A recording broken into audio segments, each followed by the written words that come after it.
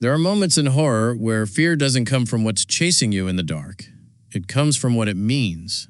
And Welcome to Derry does exactly that.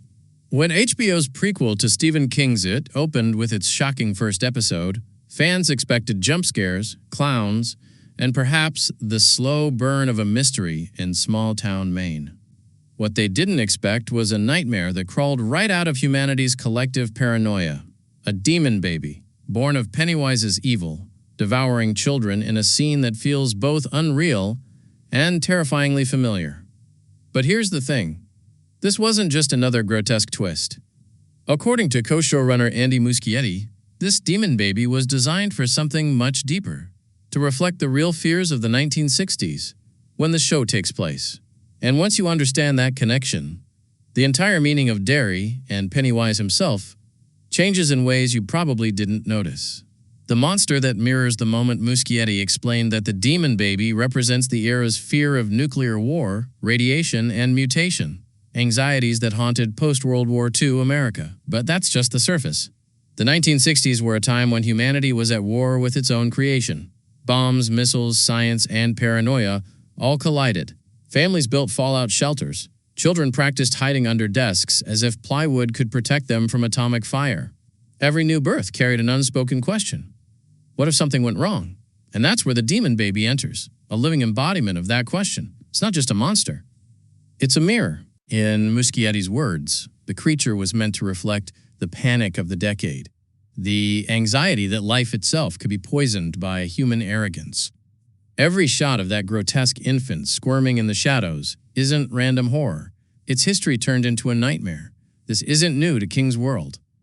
He's always written monsters that symbolize the real darkness we live with: addiction, abuse, memory, and trauma. But here, Welcome to Derry takes it further. It doesn't just ask, what if Pennywise was born in this era? It asks, what if the fear itself gave birth to him? The scene that breaks the pattern. Let's talk about that ending scene, the one that shattered everyone's expectations. We meet a group of kids who feel like the next Losers Club. They're scrappy, kind-hearted, and curious. Everything that makes us root for King's heroes. But in one brutal twist, they're wiped out, consumed by Pennywise's demonic infant form. It's shocking. It feels wrong. And that's the point. We've been conditioned to believe that in its stories, innocence fights back. That courage, friendship, and belief can defeat the monster. But Welcome to Derry flips that. The demon baby doesn't give them a chance. There's no ritual, no cycle, no second act, just pure annihilation. And symbolically, that's the show's first warning. This isn't about good versus evil anymore. It's about how fear itself evolves. The baby represents a horror that doesn't wait to grow up. It's born evil, an entity that feeds on panic before it even learns to walk. That's a powerful metaphor for the Cold War paranoia that defined the era. Fear wasn't inherited. It was created in real time. The Losers Club always fought a monster from the shadows, but these kids faced the shadow born inside their world. That's why their deaths feel more tragic than any jump scare could achieve. It's not random violence. It's generational horror. The baby as a reflection of Pennywise's origin. Fans have long debated where Pennywise really came from. Was he an alien? A cosmic entity? A metaphor for evil itself? Muschietti's version adds a haunting new possibility. Maybe Pennywise isn't just a thing that arrived. Maybe he was always meant to be born here. The demon baby isn't literally Pennywise, at least not in his final form. But he's the idea of him, a physical embodiment of how evil reproduces itself through human fear. Think of it like this. Every time humanity spirals into mass hysteria, war, panic, prejudice, something is born in Derry, something that remembers, something that feeds. That's what makes this moment in Welcome to Derry so fascinating. It reframes Pennywise not as a lone cosmic predator, but as a symptom, a byproduct of fear that keeps evolving with every generation's collective anxiety. And that's why the demon baby looks the way it does. Not like a clown, but like something halfway between human and nightmare. It's a birth that shouldn't exist, and yet it's perfectly natural in a world built on fear. This theory explains why Derry keeps suffering. There's a reason Derry always feels cursed. Every few decades, evil resurfaces, taking a new shape, finding new victims. But if Muschietti's symbolism is to be believed, it's not random, it's cyclical. In the same way fear breeds fear, Derry breeds Pennywise. Every act of violence, every buried secret, and every generation's terror adds another layer to his existence. The demon baby scene isn't a detour. It's a visual explanation of how that curse keeps going. Evil in Derry doesn't just crawl out of the sewers, it's born in the cradle. This theory even explains subtle moments in the episode. When adults look away, when radios hum with talk of war, when parents cling tighter to their children but don't question why. It's not ignorance, it's infection. Fear mutates. And the more the town tries to ignore it, the stronger it becomes. A Cold War horror you didn't realize you were watching. Let's pull back to the bigger picture for a second. In 1962, the year Season 2 will explore, the world stood on the edge of annihilation. The Cuban Missile Crisis made the possibility of total destruction feel like it could happen any second. People stopped sleeping. Mothers stopped trusting what they ate or drank while pregnant.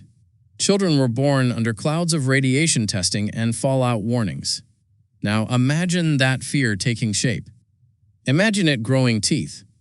That's the true brilliance of Welcome to Derry's Demon Baby. It isn't trying to shock for shock's sake. It's turning the era's unspoken panic into something tangible, something we can't look away from. It's a monster that reflects the fear of giving birth in a broken world, the terror that the next generation won't be better, but mutated by the mistakes of the last. And if you've read it, you know that's always been the heart of Derry's story. The sins of the parents always come back for the children. Only this time, those sins are literally devouring them. This scene gives the real meaning behind Pennywise's smile. There's one more layer most viewers missed. When Pennywise first appeared in King's novel, his smile wasn't just menacing, it was mocking.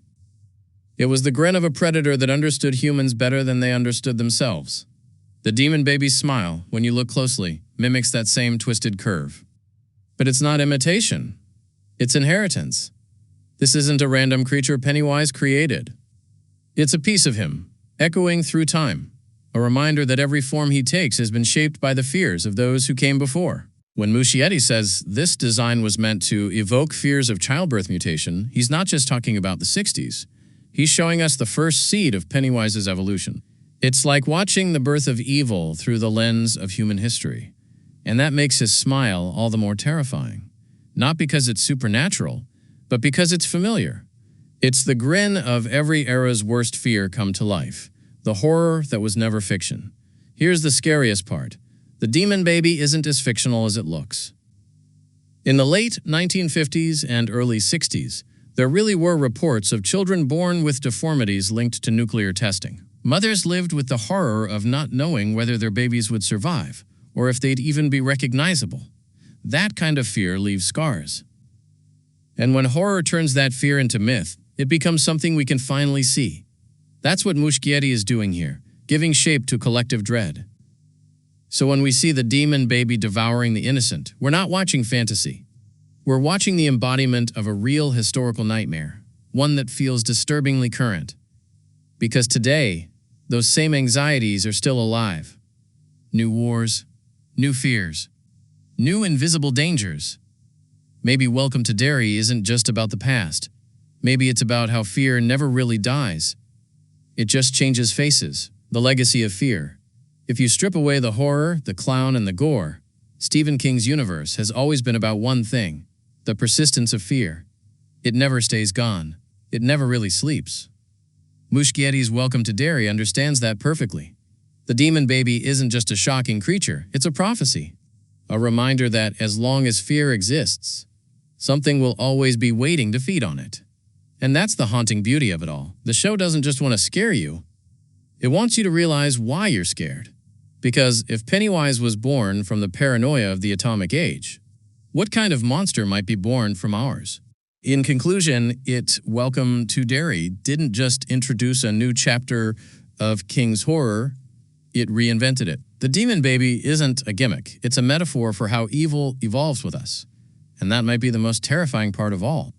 Because if every generation gives birth to its own kind of Pennywise, then maybe the real horror isn't what's under Derry. It's what's inside us.